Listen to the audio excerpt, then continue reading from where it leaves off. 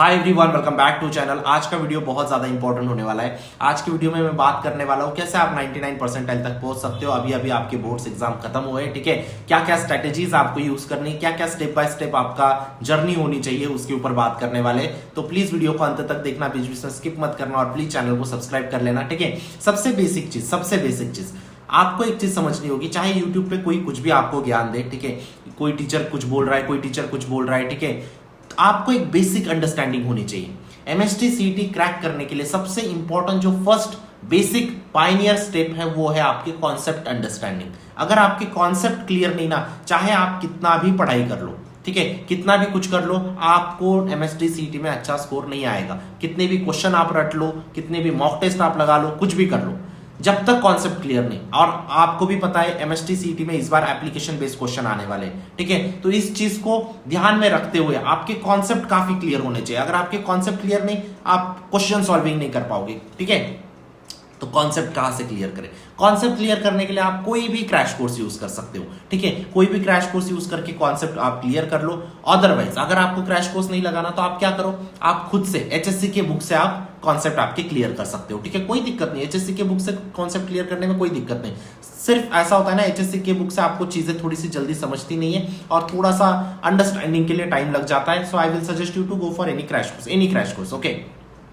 Then what is next step? और एक important चीज बच्चों, पीडब्ल्यू मनाने जा रहा है अपना 4th विश्वास दिवस, और इस विश्वास दिवस के मौके पे आपको बहुत सारे डिस्काउंट्स, ऑफर, गिफ्ट्स मिलने वाले हैं, ठीक है। तो आपको जरा भी देरी नहीं करनी है और आप भी सेलिब्रेट कर सकते हो पीडब्ल्यू के साथ आपकी प्रिपरेशन का महा सेलिब्रेशन, ठीक है। कुछ इंपॉर्टेंट बैचेस के बारे में आपको बता देना चाहता हूँ। पहली है Arjuna JEE 2026 for 11th class student, जिसकी प्राइस सिर्फ 4899 रुपए में मिल रही है आपको, ठीक है। उसके बाद Arjuna JEE 2026 Hindi batch for class 11 जिसकी प्राइस 2999 है, ठीक है। उसके बाद लक्ष्य जेई 2026 जिसकी प्राइस आपकी 4899 है, ये क्लास 12th की बैच है, ठीक है। उसके बाद लक्ष्य जेई 2026 हिंदी बैच जो आपकी क्लास 12th की बैच है, ठीक है, जिसकी प्राइस सिर्फ 2999 रुपए है। उसके बाद प्रयास जेई 2026 जिसकी प्राइस सिर्फ 4899 रुपए है। उसके बाद प्रयास जेई 2026 हिंदी प्रयास दोनों बैचेस ड्रॉपर्स के लिए, ठीक है।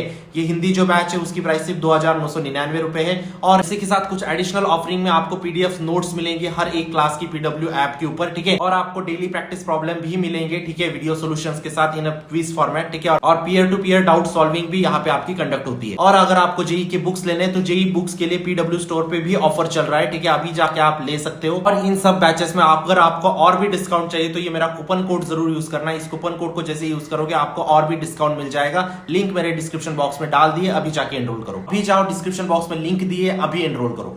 अब हम जो जर्नी डिस्कस कर रहे थे उसके बारे में बात करते हैं। पहली स्टेप मैंने आपको बता दी। सेकंड स्टेप क्या हो सकती है? सेकंड स्टेप आपको ध्यान रखना है फॉर्मूला शीट्स के ऊपर, ठीक है।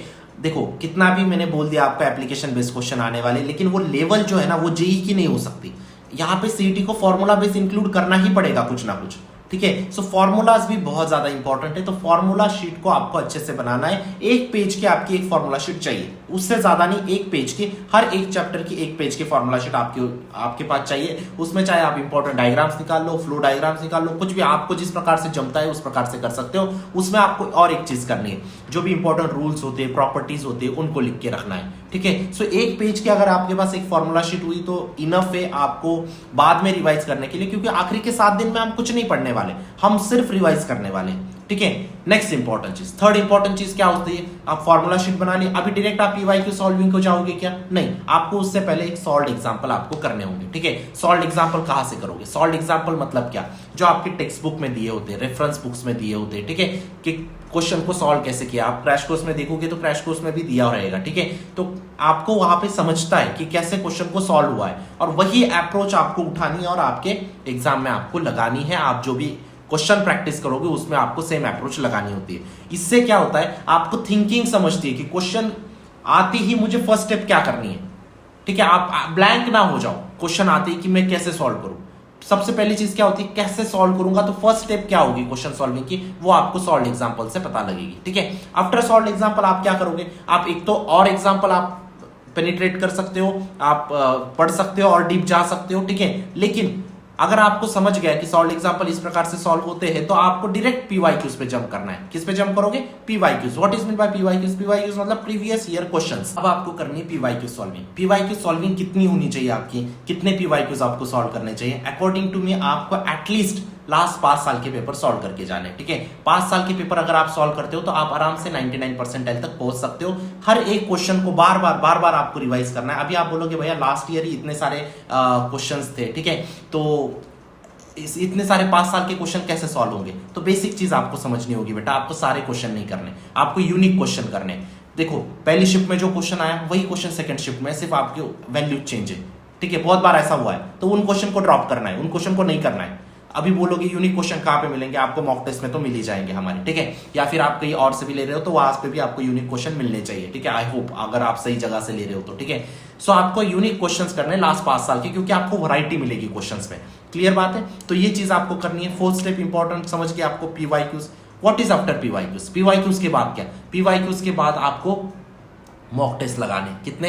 एटलीस्ट 20 मॉक टेस्ट आपको लगाने होंगे। ठीक है, 20 मॉक टेस्ट अगर आपने लगा लिए, 3000 क्वेश्चंस अगर आपने कर लिए, 3000 क्वेश्चन की 3000 सॉल्यूशन अगर आपने कर लिए, तो आपको कोई भी चीज करने की जरूरत नहीं है। ठीक है, mock test are really important. लेकिन मॉक टेस्ट कब लगा पाओगे आप? जब आपके कॉन्सेप्ट क्लियर हो। डायरेक्ट आप मॉक टेस्ट पे जंप किए तो आपके क्वेश्चन ही नहीं सॉल्व होंगे, तब आप डिमोटिवेटेड फील होगे। तो इसीलिए आपके पहले क्या क्लियर होने चाहिए? कॉन्सेप्ट क्लियर होने चाहिए, उसके बाद आपको मॉक टेस्ट पे जंप करना है। ठीक है, आई होप आपको ये 5 स्टेप्स समझ में आ गई होंगी। 6th and last important step is your revision. अगर आपने कितना भी कुछ पढ़ लिया लेकिन अगर प्रॉपर रिवीजन नहीं की तो कुछ भी काम का नहीं है। ठीक है, रिवीजन बहुत ज्यादा इंपॉर्टेंट होती है। आपको हर एक चीज को बार बार प्रॉपरली रिवाइज करना है। जो आपने फॉर्मूला शीट्स बनाई है उसी चीज को आपको बार बार रिवाइज करना है। ठीक है, जितनी ज्यादा रिवीजन करोगे उतना ज्यादा आप प्रिपेयर कर पाओगे। तो यही सारी चीजें थी आज के वीडियो में। पूरा मैंने आपको फ्लो बताया कि बोर्ड्स के बाद आप कैसे कैसे कैसे प्रिपेयर कर सकते हो। ये सारे स्टेप्स अगर आपने कर लिए तो आपके 99 परसेंटाइल कहीं गए नहीं। आई होप आपको वीडियो अच्छा लगा हो। कुछ भी डाउट है आप मुझे व्हाट्सएप पे पूछ सकते हो। ठीक है, कहीं पे भी आपको प्रिपरेशन जर्नी में कहीं पे डाउट्स आए तो आप मुझे जरूर पूछ सकते हो। मिलता हूं मैं आपको नेक्स्ट वीडियो में। आई होप आपने चैनल को जरूर सब्सक्राइब कर लिया होगा। तब तक के लिए see ya bye, take care, thank you.